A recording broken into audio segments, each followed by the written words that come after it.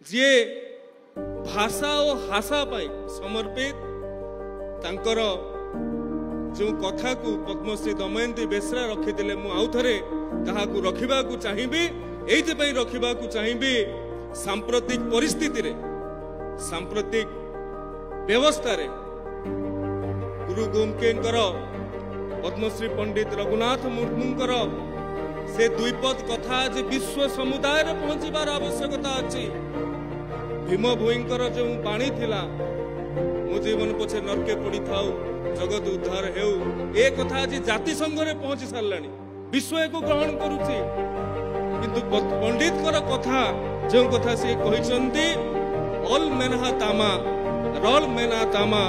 धर्म मेना तामा आम हम मेना जदि शिक्षा रहिबो जदि भाषा रहिबो धर्म रहिबो ताले आमे रहिबा आम अस्तित्व शिक्षा भाषा धर्म ऊपर निर्भर करूची एवं ऑल एम आदर लेरे रल एम आद लेरे धर्म एम आद लेरे आम हम आद जदि ए सब हजि जीवो जदि शिक्षा हजि जीवो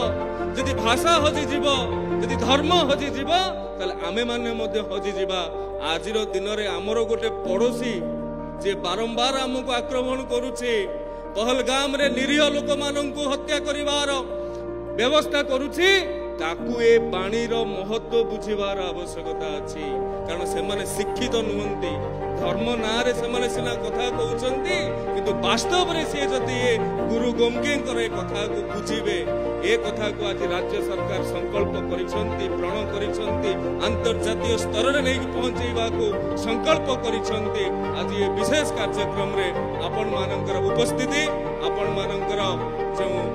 योगदान रहिला ये हमको निश्चित भाव रे प्रभावित करिछि प्रेरित करिछि समस्त को अशेष धन्यवाद। भारत माता की जय। वंदे उत्कल जननी। गुरु गोमके हित ले।